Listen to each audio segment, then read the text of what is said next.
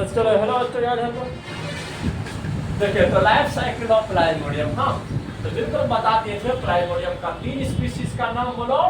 ये Plasmodium वायवेक्स, Plasmodium फैलसीपेरम और Plasmodium malaria. जिसमें मेलिग्नेंट वाला मलेरिया कौन काउच कर रहा था? प्लाज्मोडियम फैलसीपेरम। हाँ याद रखना है। हाँ तो अब और इसका कैरियर का नाम बता दीजिए। होने वाला फीमेल एनोफिलीज मॉस्किटो। हाँ तो देखिए अब इसके बाद आज की वीडियो हम जानेंगे लाइफ साइकिल ऑफ मलेरिया। हाँ कि मलेरिया का जीवन चक्र कैसे चलता है, ध्यान से समझना है, हर बात समझ में आएगा। देख लीजिए तो चलो सबसे पहले याद रखना कि मलेरिया का जो पैरासाइट होता है उसको ढोने का काम फीमेल एनोफिलीज मॉस्किटो करता है। हाँ तो बिल्कुल याद रखना, पहला पॉइंट लिख देते हैं और वही अपना मुंह में क्या कहते हैं प्लाज्मोडियम का खास स्टेज जिसको कहते हैं स्पोरोजोइट।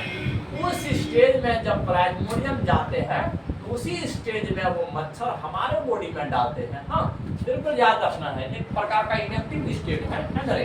मतलब यहाँ पर देख लीजिए तो आपका जो प्लाज्मोडियम जो होता है, प्लाज्मोडियम जो होता है, देखिए प्लाज्मोडियम जो प्रोटोजोआ है आपका, अब ये Plasmodium protozoa is carried bye, याद रखना है, इसको जो ढोया जाता है किसके द्वारा? याद रखना फीमेल एनोफिलीज मॉस्किटो के द्वारा ढोया जाता है। देख लीजिए by female anopheles mosquito, female anopheles mosquito के द्वारा ढोया जाता है। फीमेल एनोफिलीज मॉस्किटो के द्वारा ढोया जाता है, यह बात याद रखना है। हाँ देख लीजिए कि एंड इंटर्ड, देख लीजिए और प्रवेश किया जाता है and entered in our body. देख लीजिए हमारे बॉडी में जो प्रवेश किया जाता है बाय समझ रहे, वो अपने दांत से काटता है और हमारे बॉडी में अब उस प्लाज्मोडियम फैलसी क्या करते हैं, हम जो प्लाज्मोडियम फैलसीपेरम है उसको हमारे बॉडी में डाला जाता है। इसको याद रखना है। मार्कर देखो कहाँ पर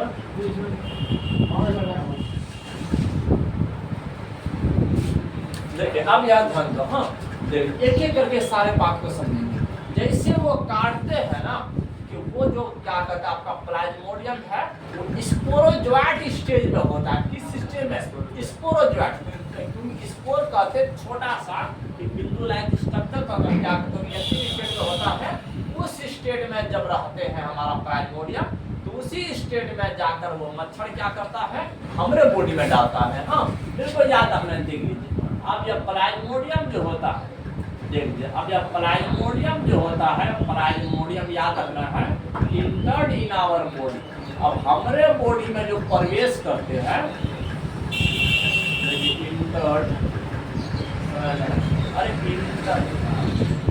इंटर्ड इन आवर बॉडी, हमारे बॉडी में जो प्रवेश करते हैं याद रखना इन स्पोरोजोइट फॉर्म। किस फॉर्म में? याद रखना स्पोरोजोइट के फॉर्म में। स्पोरोजोइट फॉर्म को क्या कहते हैं? इन्फेक्शियस स्टेज कहते हैं। मतलब कि अगर वो एक इंसान से दूसरे इंसान में पहुंचाना रहे ना तो वो प्लाज्मोडियम पहले स्पोरोजोइट का रूप लेता है। उस रूप में मच्छर एक इंसान से दूसरे इंसान में क्या कहते हैं पहुंचाते हैं। देखिए स्पोरोजोइट फॉर्म को ही कहते हैं इन्फेक्शियस फॉर्म। इसको कौन सा रूप कहते हैं? Infectious form. एक इंसान से दूसरे इंसान में जाने वाला रूप है। हाँ याद रखना इन्फेक्शियस फॉर्म कहते हैं इसको। देखिए इन्फेक्शियस। हाँ देख लीजिए मतलब वो एक बताए थे इन्फेक्शियस डिजीज और दूसरा नॉन इन्फेक्शियस डिजीज। याद रखना है कि अब ये बीमारी वाला स्टेज क्या कहते हैं जिसको हम बोल रहे थे, अगर कोई बीमारी अगर एक इंसान से दूसरे इंसान में फैल रहा है उस डिजीज को कहते थे इन्फेक्शियस। और जिस बीमारी को एक इंसान से दूसरे इंसान में ट्रांसफर नहीं किया जा सकता है रहे थे नॉन इन्फेक्शियस डिजीज। बताए थे कि नहीं, पहला वीडियो में ही बड़ा चर्चा हुआ था ये डिजीज वाला चैप्टर में। तो यहाँ याद रखना ये बीमारी वाला फॉर्म है स्पोरोजोइट फॉर्म। इस रूप में किसी इंसान में डाले जाते हैं। हाँ अब ये स्पोरोजोइट कहाँ जाते हैं पता है? हमारे लीवर में जाता है। कहाँ जाता है? सबसे पहले हमारे लीवर में जाता है। याद रखना है। देख लीजिए स्पोरोजोइट जो होते हैं, स्पोरोजोइट याद रखना, स्पोरोजोइट याद रखना है। देख लीजिए entered in our liver.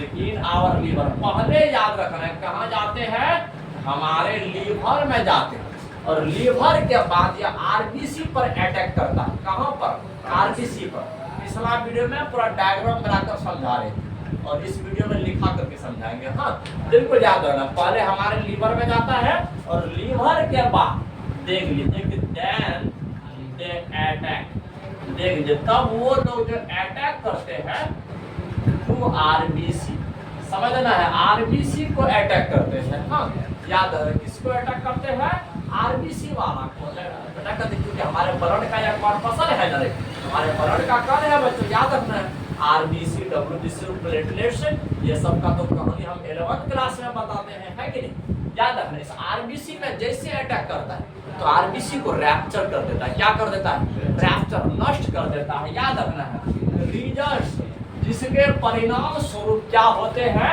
Results, याद रखना है रैप्चर ऑफ आरबीसी। देख लीजिए आरबीसी का क्या हो जाता है, रैप्चर हो जाता है, नष्ट हो जाते हैं। हाँ याद रखना, अब जो रैप्चर्ड आरबीसी है, जो आरबीसी नष्ट हो गया है, वो एक केमिकल को रिलीज करते हैं जिसे कहते हैं हीमोज्वाइन। क्या कहते हैं, हीमोज्वाइन कहते हैं। आखिर वो केमिकल क्यों रिलीज करता है जानते हो, आगे के आरबीसी के सुरक्षा के लिए। याद रखना बच्चे, आगे के आरबीसी की सुरक्षा के लिए जो रैप्चर हो चुका है वो हीमोज्वाइन नाम का केमिकल रिलीज करता है। और वो केमिकल जैसे रिलीज हुआ तो आपके बॉडी में दो सिम्टम दिखाई देगा, एक तो फीवर आएगा और वो भी रिकरिंग एवरी 3 to 4 डेज, तो प्रत्येक 3 से 4 दिन के बाद बार बार फीवर आएगा और चिल, थोड़ा ठंडक लगेगा, है ना रे, क्योंकि अक्सर फीवर के साथ चिल जुड़ा हुआ है कि नहीं। तो याद रखना, देख लीजिए हम चौथा वाला पॉइंट में यही बात लिख देते हैं, रैप्चर्ड आरबीसी जो होता है, रैप्चर्ड आरबीसी जो होता है, या क्वेश्चन एग्जाम में पूछे जाते हैं, एमसीक्यू होगा, एक एमसीक्यू रूप में raptured RBC release a chemical. याद रखना है कि ये एक केमिकल रिलीज करते हैं, याद रखना है बच्चे एक एक करके, जिसको क्या कहते हैं, हीमोज्वाइन। क्या कहते हैं, हीमोज्वाइन कहते हैं, याद रखना है।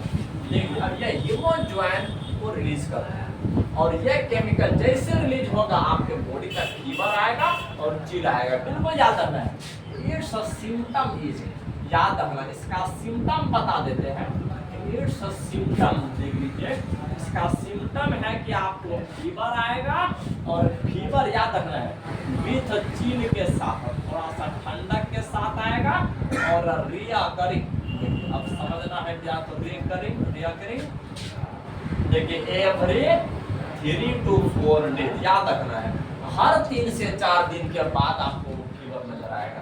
तो अगर ऐसे अगर आप ग्रसित है तो समझ लीजिए आपका मलेरिया का शिकायत हो चुका है, मलेरिया से आप पीड़ित हो चुके हैं, आप अपना ट्रीटमेंट करवाइए। तो किसी भी डिजीज के हालत में ना लंबा समय तक नहीं रहता, आपको कोई भी बीमारी रहे, आपको लोकल वाला डॉक्टर अगर ठीक नहीं कर पा रहे, बड़े डॉक्टर के पास जाइए।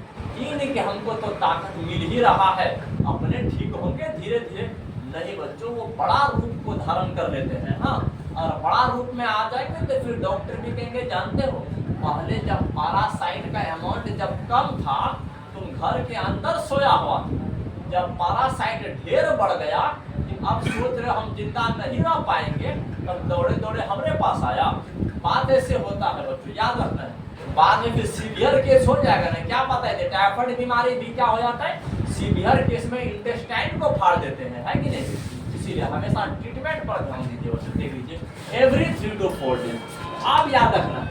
हाँ ऐसे होता है, उस आरबीसी को रैप्चर कर दिया, लेकिन उस इन्फेक्टेड इंसान को अगर जब याद रखना बच्चों, किसको, इन्फेक्टेड इंसान को अगर कोई मच्छर फिर काट लेता है तो उस इन्फेक्टेड इंसान का भी स्पोरोजोइट है इस मच्छर के बॉडी में चले जाता है। किसमें, मच्छर के बॉडी में चले जाता है। और यह फीमेल एनोफिलीज मॉस्किटो के कहां पर जाता है, सेरिब्री ग्लैंड में। कहां पर, सेरिब्री ग्लैंड में, मतलब लार ग्रंथि में चले जाता है। कहां जाता है, लार ग्रंथि में चले जाता है। याद लिख देते हैं, when female anopheles mosquito, when female anopheles mosquito, याद रखना, देख लीजिए when female anopheles mosquito, देख लीजिए female anopheles मॉस्किटो देख लीजिए कि when female anopheles mosquito bite, sorry, तो समझना बच्चों, जब काटते हैं बाइट एन इन्फेक्टेड पर्सन, देख ले जो इंसान ग्रसित है, फिर से ऊपर पे अगर काट देंगे, कहते हैं कि अगर क्या कहते हैं, किसी को कुत्ता काटता है तो कुत्ता को छोड़ के घोड़ा काटता है, बात ऐसे होता है। मतलब एक तो बीमार हुआ, और बीमार वाला इंसान होता है तो उसको दूसरा बीमारी और अटैक करता है। इसका रीजन क्या है जानते हो? बीमारी के चलते उसका इम्यून सिस्टम थोड़ा कमजोर हो जाता है, उसका बॉडी कमजोर हो गया तो एकदम क्या कहते हैं, पड़ाक दूसरा सब भी बीमारी अटैक करते जाता है। इसलिए जितना जल्दी हो सके उसका ट्रीटमेंट कराइए, अगर वो स्वस्थ क्या कहते हैं अपने बॉडी को रखना चाहते हो। समझना है, देख लीजिए कि अगर female anopheles mosquito bytes an infected person, अगर किसी ग्रसित इंसान को अगर यह फीमेल एनोफिलीज मॉस्किटो फिर काट लेते हैं, देन याद रखना बच्चों, देन स्पोरोजोइड जो होते हैं, देन स्पोरोजोइड जो होते हैं याद रखना है। तो हाँ, तो अब स्पोरोजोइड फिर मच्छर के बॉडी में चले जाता है, और कहाँ चले जाता है? सेरेब्री ग्लैंड में चले जाता है। कहाँ पर? Cerebri gland. फिर देन स्पोरोजोइड इंटर्ड, देख लीजिए प्रवेश कर जाते हैं into mosquito body, into mosquito, तो कैसे लिख देते हैं? मॉस्किटो सेरेब्री ग्लैंड, देख लीजिए। हाँ, बिल्कुल याद रखना, देख लीजिए मॉस्किटो के सेरेब्री ग्लैंड में प्रवेश कर जाते हैं। कि कहाँ पर प्रवेश कर जाते हैं? मॉस्किटो के सेरेब्री ग्लैंड में प्रवेश कर जाते हैं। और फर्दर डेवलपमेंट, आगे के कुछ विकास के लिए, हाँ आगे फिर क्या कहते हैं, अपना मल्टीप्लिकेशन करने के लिए, देख अपना संख्या को बढ़ाने के लिए, है कि नहीं? तो याद रखना है फॉर फर्दर डेवलपमेंट, आगे के डेवलपमेंट के लिए, आगे के डेवलपमेंट के लिए कहाँ चले गया? मॉस्किटो के बॉडी में चले गया। अच्छा, अब यहाँ हमको बता दीजिए कि फीमेल क्या कहती है प्लाज्मोडियम का कितना घर हुआ? 2 घर हुआ, एक तो इंसान का बॉडी और दूसरा मॉस्किटो का बॉडी, है कि नहीं? बिल्कुल याद रखना, बिल्कुल याद रखना है। देखिए, हाँ, इसीलिए हमेशा याद रखना है कि प्लाज्मोडियम कितना होस्ट पर डिपेंड करते हैं? 2 होस्ट पर। एक तो इंसान भी उसके लिए होस्टिंग का काम करता है, दूसरा क्या कहते हैं वो मॉस्किटो का बॉडी भी होस्टिंग का काम करता है। यहाँ पर होस्टिंग करने के लिए कोई सलमान खान नहीं आते, ये दोनों बॉडी होता है। हाँ, बिल्कुल याद रखना, देख लीजिए।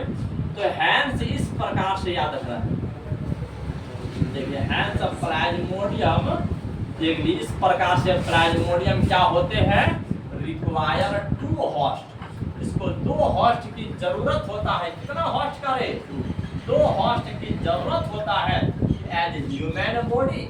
जैसे कि इंसान का शरीर हो गया, याद रखना इंसान का शरीर हो गया ये, एंड और मॉस्किटो का शरीर हो गया, देख लीजिए। हाँ, याद रखना है या मॉस्किटो का शरीर हो गया इस प्रकार से।